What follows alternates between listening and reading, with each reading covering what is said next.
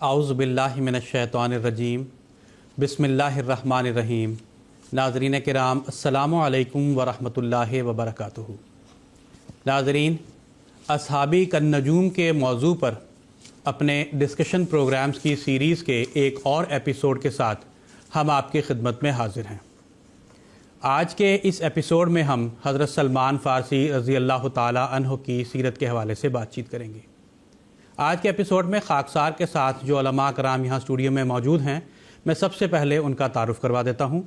محترم مولانا محمد حمید کوثر صاحب، اسی طرح ساتھ والی نشست پر محترم مولانا شیخ مجاہد احمد صاحب بھی موجود ہیں۔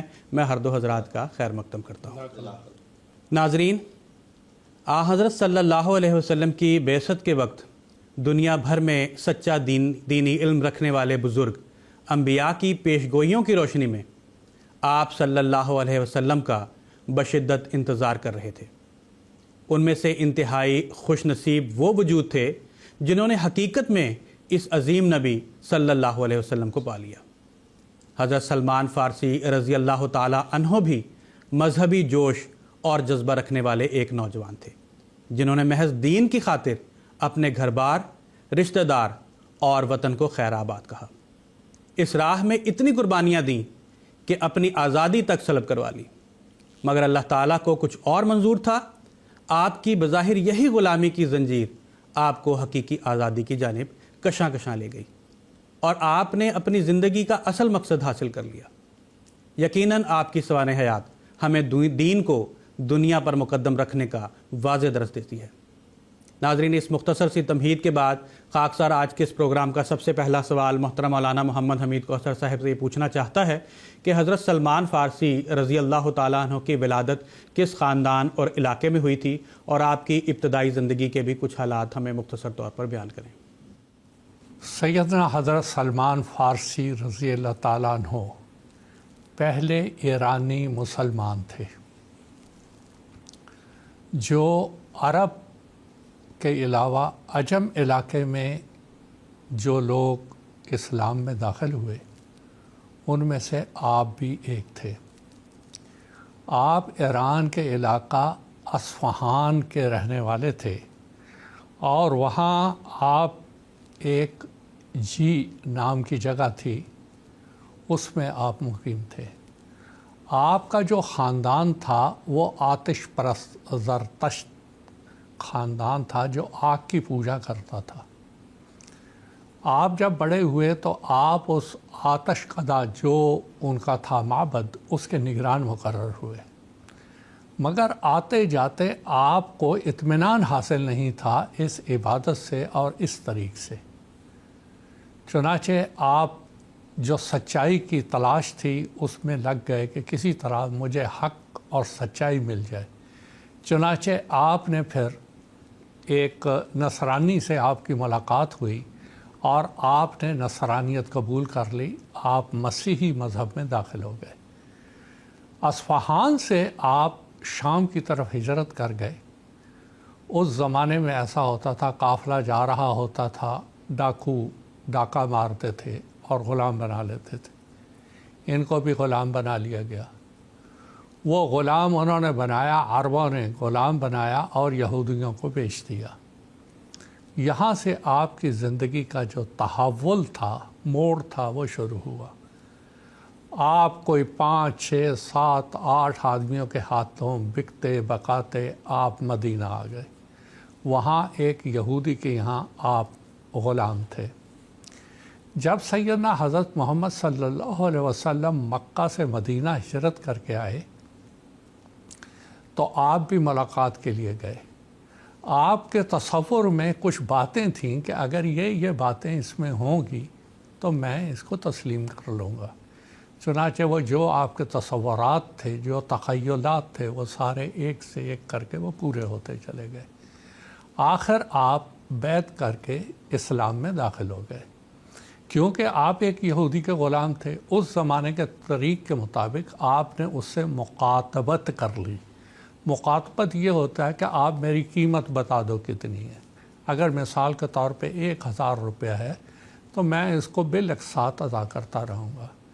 جب حضور صلی اللہ علیہ وسلم کا اس کا علم ہوا تو آپ نے مقاتبت کی جو رقم تھی وہ ادا کر دی یا اس کی مدد کی اور آپ اس طرح سے آزاد ہو گئے۔ حضرت سلمان فارسی رضی اللہ تعالیٰ عنہ ایرانی تھے، فارسی و نسل تھے۔ آپ کی ایک سب سے بڑی خصوصیت، جو ویسے تو خصوصیات بہت زیادہ ہیں، وہ وقت اجازت نہیں دیتا، خصوصیت یہ تھی کہ جب سورہ جمعہ نازل ہوئی وَآخَرِينَ مِنْهُمْ لَمَّا يَلْحَقُوا بِهِمْ، تو حضرت ابو ہریرہ رضی اللہ تعالیٰ عنہ کی ایک روایت صحیح بخاری کتاب التفسیر سورہ جمعہ میں ہے کہ وہاں ابو ہریرہ رضی اللہ تعالیٰ عنہ نے سیدنا نبی کریم صلی اللہ علیہ وسلم سے پوچھا، حضور وآخرین منہم لما یلحقوا بہم، اس سے کون مراد ہے؟ حضور سے ایک دفعہ پوچھا، 2 دفعہ پوچھا، 3 دفعہ پوچھا، حضور نے اس کا جواب نہیں دیا۔ تیسری دفعہ جب حضور سے استفسار کیا، فوضع رسول اللہ صلی اللہ علیہ وسلم، رسول کریم صلی اللہ علیہ وسلم نے اپنا دست مبارک سلمان فارسی پر رکھا اور آپ نے فرمایا لو کان ایمان عند الثریہ لنالہ رجال اور رجل من ہؤلاء، صحیح بخاری، کہ اگر ایمان کسی زمانے میں، ایمان بالاسلام مفقود ہو جائے اس دنیا میں اور عنقا ہو جائے، کہیں ثریہ پر پہنچ جائے، تو من ہؤلاء، من حاضر ہی نہیں فرمایا کہ اس کے خاندان میں سے، ہؤلاء اس کی قوم میں سے، فارسی الاصل میں سے ایک انسان آئے گا جو کہ اس کو وہاں سے بھی لے آئے گا جو کہ ایمان مفقود ہو چکا ہوگا۔ چنانچہ یہ پیش گوئی، یہ سعادت حضرت سلمان فارسی رضی اللہ تعالیٰ عنہ کو نصیب ہوئی، اور آپ ہی کی قوم میں سے سیدنا حضرت مسیح موعود علیہ الصلاۃ والسلام ہیں جو کہ فارسی الاصل ہیں، اور وہ پیش گوئی جو حضور نے فرمائی تھی بڑی وضاحت کے ساتھ پوری ہوئی۔ اب یہ سارا واقعہ کیا بتاتا ہے ہم کو؟ جس کی فطرت نیک ہے۔ حضرت سلمان فارسی رضی اللہ تعالیٰ عنہ اصفہان میں بیٹھے ہوئے ہیں، لیکن وہ آتش پرستی کے اندر وہ مطمئن نہیں ہیں۔ ان کا دل، فطرت صحیحہ یہ کہہ رہی ہے کہ یہ جو میں کر رہا ہوں یہ صحیح نہیں ہے۔ آخر جب ان کی یہ فطرت کی آواز اللہ تعالیٰ نے سنی تو ان کی رہنمائی فرمائی، اور وہ وہاں سے عیسائیت قبول کی، پھر شام گئے، شام سے آپ مدینہ پہنچے، اور یہاں آپ کو وہ حقیقی نور مل گیا جس کی آپ تلاش میں تھے۔ اس نور نے آپ کی قلبی ظلمت کو دور کیا اور آپ ایک مخلص صحابی بن گئے۔ آپ کے اگر حالات زندگی پڑھی جائے تو آپ نے ایک درویشانہ زندگی گزاری، بہت ہی سادہ طبیعت، اور بہت ہی زیادہ اپنے آپ کو اسلام کے مطابق چلایا، اور اتنا کہ آپ یہ کہا جا سکتا ہے کہ آپ ولی اللہ، اللہ کے ایک بندے تھے، اور یہ ساری سعادت آپ کو سیدنا حضرت محمد مصطفیٰ صلی اللہ علیہ وسلم کی صحبت کی برکت سے اور آپ کی شاگردی میں یہ سارا نصیب ہوا، اور آپ دوسروں کے لیے بھی ایک نمونہ بنے۔ تو یہ آپ کے ابتدائی خاندانی حالات تھے۔ جزاکم اللہ تعالیٰ احسن الجزا۔ خاکسار کا اگلا سوال محترم مولانا شیخ مجاہد احمد شاستری صاحب سے یہ ہے کہ حضرت سلمان فارسی رضی اللہ تعالیٰ عنہ کے قبولیت اسلام کے واقعہ پر کچھ روشنی ڈالیں۔ جزاکم اللہ۔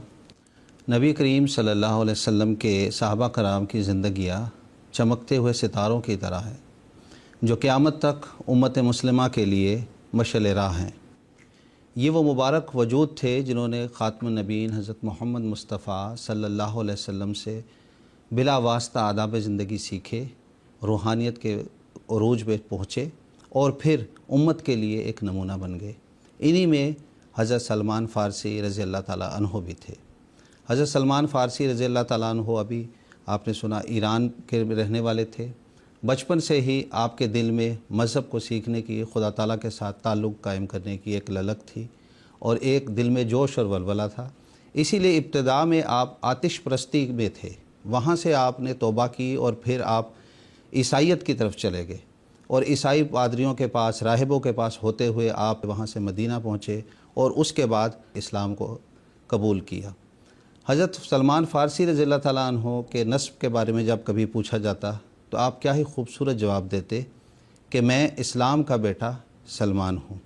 اور اس میں کیا شک ہے کہ حضرت صلی اللہ علیہ وسلم کی بیعت کے بعد اپنے آباء و اجداد اور پرانے دین کو چھوڑ کر آپ کامل اور مطیع رنگ میں اسلام کے فرما بردار بن گئے۔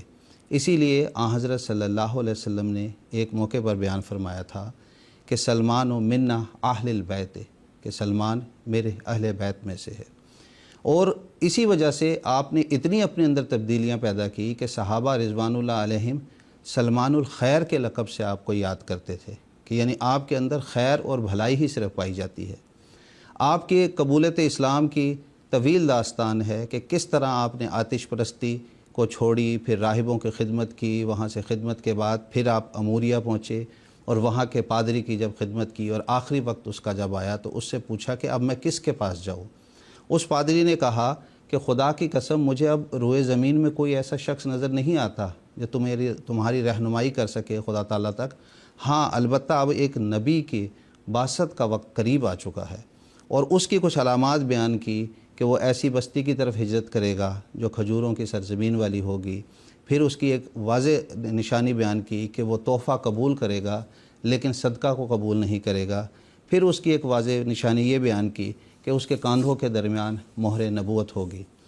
حضرت سلمان فارسی اس پادری کی اس وصیت کو سننے کے بعد تلاش حق میں نکل پڑے، اموریہ کو خدا حافظ کہا اور وہاں سے آگے نکلے۔ پھر وہاں سے بعد میں آپ قید ہوئے، غلام بنائے گئے، مکہ پہنچے۔ مکہ سے وہاں یہودیوں نے آپ کو خریدا اور آپ مدینہ پہنچے۔ جب آپ مدینہ پہنچے اور آپ نے کھجوروں کی سرزمین کو دیکھا تو آپ کے دل میں وہ پرانی للک اور پرانی بات پھر یاد آ گئی کہ شاید یہ وہی سرزمین ہے۔ حضرت سلمان فارسی بیان کرتے ہیں کہ ایک دن میں کھجور کے درخت کے اوپر اپنے آقا کے لیے کھجوریں توڑ رہا تھا تو میں نے ایک آواز سنی کہ نیچے کوئی شخص کہہ رہا تھا کہ اللہ بنی کیلا کو قتل کرے کہ خدا کی قسم وہ اب قبا میں ایک ایسے شخص کے ساتھ اکٹھے ہو رہے ہیں جو مکہ سے ان کے پاس آیا ہے اور وہ کہتے ہیں کہ وہ نبی ہے۔ حضرت سلمان فارسی رضی اللہ تعالیٰ عنہ بیان کرتے ہیں کہ جب یہ الفاظ میں نے سنے تو میرے دل میں وہ تمام پرانی باتیں سامنے آ گئیں اور کس طرح میں یہاں تک پہنچا تھا۔ تو میں اسی وقت کھجوریں کچھ لے کر گیا اور حضرت صلی اللہ علیہ وسلم کی خدمت میں حاضر ہوا اور عرض کی کہ یہ میری طرف سے صدقہ ہے۔ تو آپ صلی اللہ علیہ وسلم نے اس کو قبول کیا لیکن اس کو کھایا نہیں بلکہ دوسروں میں تقسیم کر دیا۔ دوسرے دن پھر حضرت سلمان فارسی رضی اللہ تعالیٰ عنہ چند کھجورے کے تشتری پہ سجا کر لے کر گئے اور کہا کہ یہ تحفہ ہے۔ حضور صلی اللہ علیہ وسلم نے اس کو قبول فرمایا۔ تیسری نشانی حضرت سلمان فارسی رضی اللہ تعالیٰ عنہ نے جب حضرت صلی اللہ علیہ وسلم کی ختم نبوت کی مہر کو دیکھا تو آپ کا دل مچل اٹھا اور آپ فوراً بیعت کے لیے تیار ہو گئے اور آپ تصویر حیرت بن کر حضرت صلی اللہ علیہ وسلم کو دیکھتے رہے اور آپ کی بیعت کی، کبھی اس مہر نبوت کو چومتے اور اس بیعت کے نتیجے میں آپ اصحاب النجوم کے مبارک دائرے میں آ گئے اور قیامت تک کے لیے امت کے لیے آپ رضی اللہ تعالیٰ عنہم کا خطاب پانے والے بن گئے۔ یہ ہے مختصر حضرت سلمان رضی اللہ تعالیٰ عنہ کی بیعت کا واقعہ۔ جزاکم اللہ تعالیٰ احسن الجزا۔ پروگرام کو آگے بڑھاتے ہوئے خاکسار کا اگلا سوال محترم مولانا محمد حمید کوثر صاحب سے یہ ہے کہ حضرت سلمان فارسی رضی اللہ تعالیٰ عنہ کی جو اسلام کے لیے کچھ خدمات ہیں اس کا کچھ تذکرہ فرمانے کی درخواست ہے۔ غزوہ احزاب یا غزوہ خندق جس کو کہا جاتا ہے، تقریباً 10-15 ہزار کے قریب ایک لشکر ابو سفیان نے جمع کیا تاکہ مدینہ کے اوپر حملہ کر کے اس کو تہس نہس کر دیا جائے۔ جب حضور اکرم صلی اللہ علیہ وسلم کو اس کی اطلاع ملی تو آپ نے تمام صحابہ کو جمع کیا کہ یہ اتنا بڑا لشکر آ رہا ہے کہ یہ تو مدینہ کی آبادی سے بھی کئی گنا زیادہ ہے، تو ہمیں کیا کرنا چاہیے۔ اس مجلس میں حضرت سلمان فارسی رضی اللہ تعالیٰ عنہ بھی موجود تھے۔ آپ نے حضور صلی اللہ علیہ وسلم کے ارشاد پر یہ مشورہ دیا کہ ہمارے عجم میں ایک طریقہ دفاع کا یہ ہے کہ ایک خندق کھودی جاتی ہے۔ میں نے جو مدینہ کا جائزہ لیا ہے یہ 3 طرف سے محفوظ ہے، اپنے جنگلات، اپنے پہاڑوں کی وجہ سے اور اپنی آبادی کی وجہ سے۔ جو اس کی شامی سمت ہے وہ ایسی ہے کہ وہاں سے حملہ ہو سکتا ہے، اور اس کا اندازہ کفار قریش کو بھی تھا کہ یہی وہ ایک طرف ہے، جانب ہے جہاں سے مدینہ میں داخل ہوا جا سکتا ہے۔ تو حضور نے فرمایا اس کا پھر کیا حل ہے؟ تو حضور نے فرمایا ایک خندق کھودی جائے، جتنی بھی یہ لمبائی ہے ایک خندق کھودی جائے۔ آپ نے فرمایا کہ اس کی ساری لمبائی ناپ کے تو 15 فٹ کا ایک حصہ بنایا گیا اور 10 صحابہ کا ایک گروپ بنایا گیا کہ 10 صحابہ جو ہیں وہ 15 فٹ خندق کھودیں گے، اتنی زیادہ کہ گھوڑا یا انسان اس کو آسانی سے عبور نہ کر سکے۔ حضور صلی اللہ علیہ وسلم کو یہ مشورہ بہت پسند آیا اور تمام صحابہ کو وہ معینہ جگہ پر جمع ہونے کے لیے کہا گیا اور وہ سب خندق کھودنے لگ پڑے۔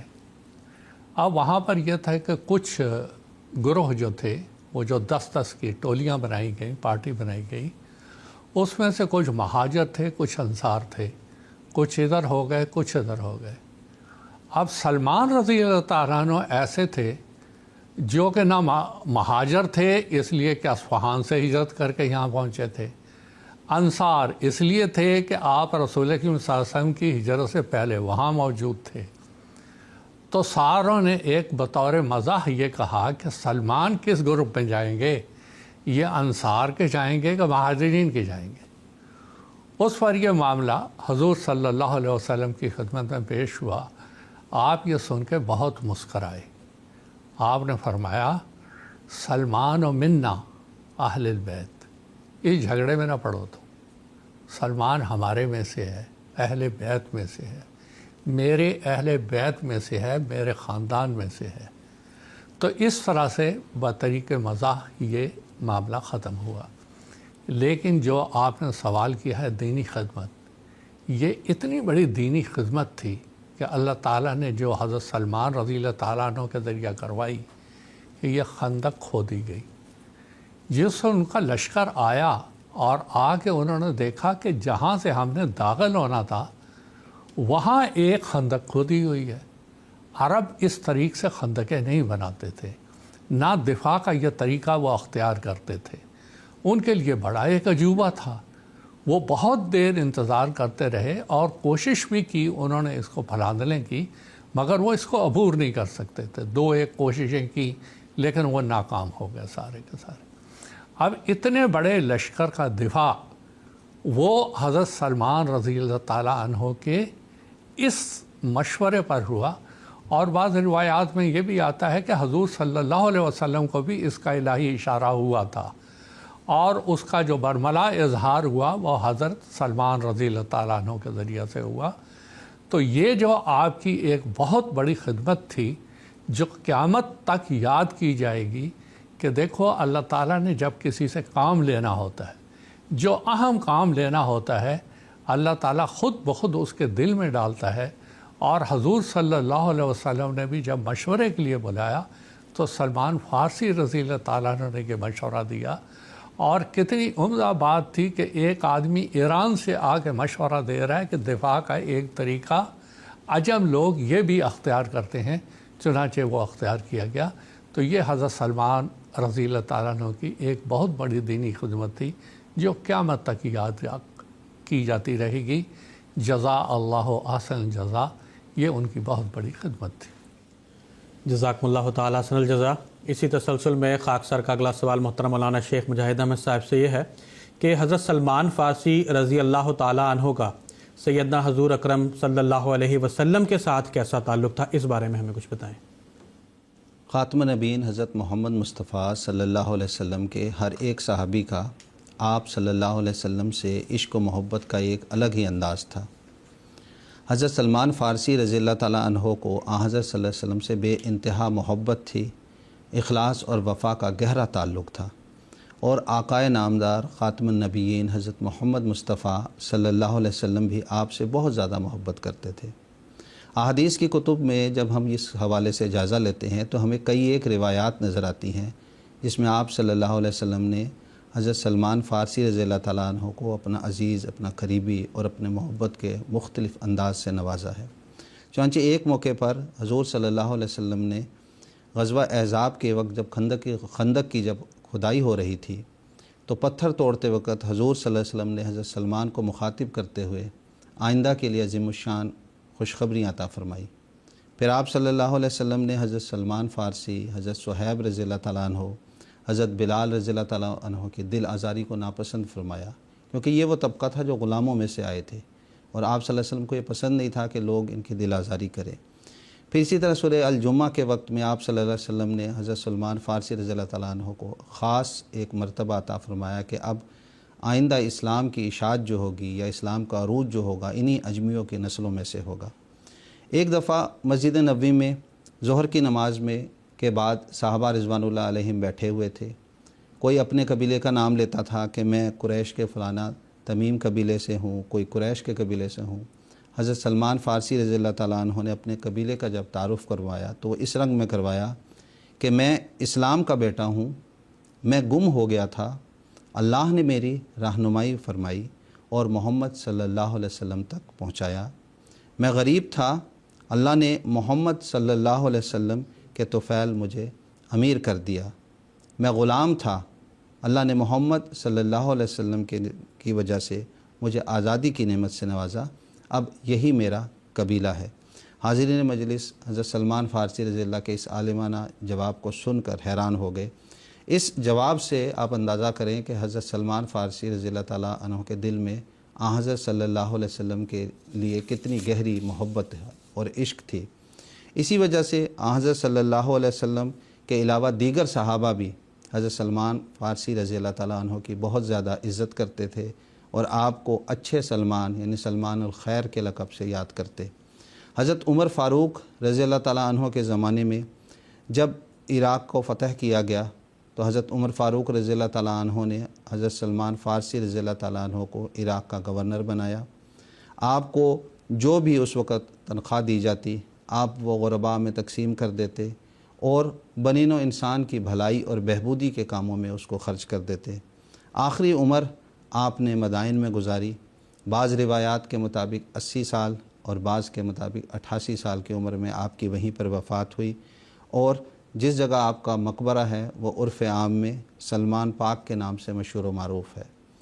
اگر مختصر طور پر دیکھا جائے تو حضرت سلمان فارسی رضی اللہ تعالیٰ عنہ کی زندگی کا اگر خلاصہ ہے تو قرآن مجید کی وہ آیت ہے کہ جو لوگ ہماری راہ میں کوشش کرتے ہیں ہم ان کی طرف رہنمائی کرتے ہیں، یعنی جو بھی صدق دل سے سچے دل سے خدا تعالیٰ کی تلاش اور جستجو کرتا ہے تو اللہ تعالیٰ خود اس کی رہنمائی کرتا ہے۔